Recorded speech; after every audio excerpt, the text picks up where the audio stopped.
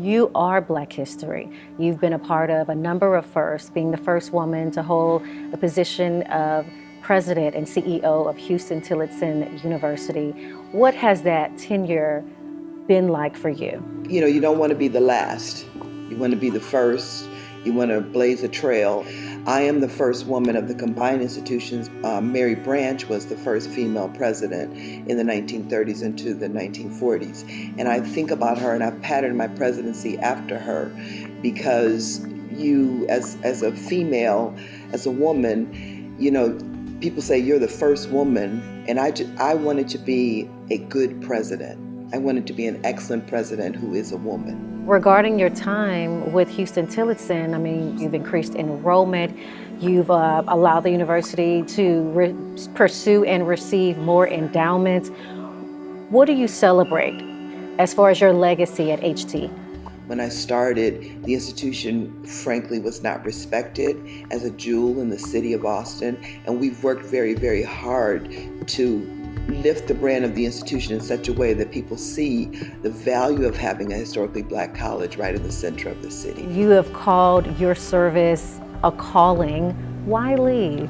I have a phenomenal board of trustees. I had a really good conversation with many of them about time for me to pass the baton, and in my own personal life to turn a page in my own personal life. I just turned 64. I'm not separating. I'm turning a page to another chapter for me, which will take Huston-Tillotson and just my experiences here in Austin with me to make me has made me a better person, I believe, a stronger person. I know that you were a child of the 60s. What do you carry with you from your childhood and your world experience at that time? My family did not, they only poured positive energy into my sister and I, my parents, you can do this, a sense of excellence. I was often the only woman as an engineer and the only Black, so the only Black woman for sure. And I would go in with a sense of confidence that I know my stuff. And even though you may think I don't know my stuff, I know my stuff. Eventually, people start to see you and respect you for your skill set. It's the person that can't look beyond the color of my skin or my gender.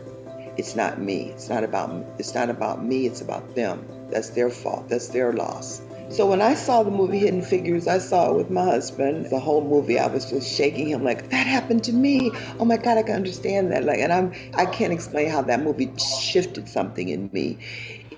And I work like a dog day and night, living off of coffee from a pot none of you want to touch. So that movie, that had happened to me, but I had experienced that, and I realized that I needed to make sure there were no more hidden figures. And now you're being recognized for the work that you've done on campus there at HT and in the community, receiving the Greater Austin Chamber of Commerce's 2021 Austinite of the Year Award and recognition.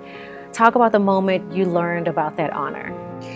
So even when you just said it right then, it makes me weepy, makes my heart swell up in my chest. As I processed it, it made me so proud of Austin because it's symbolic of something.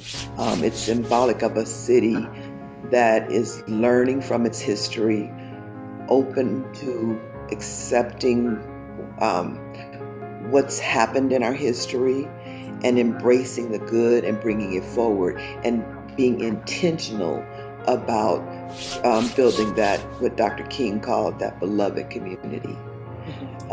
And that makes me happy.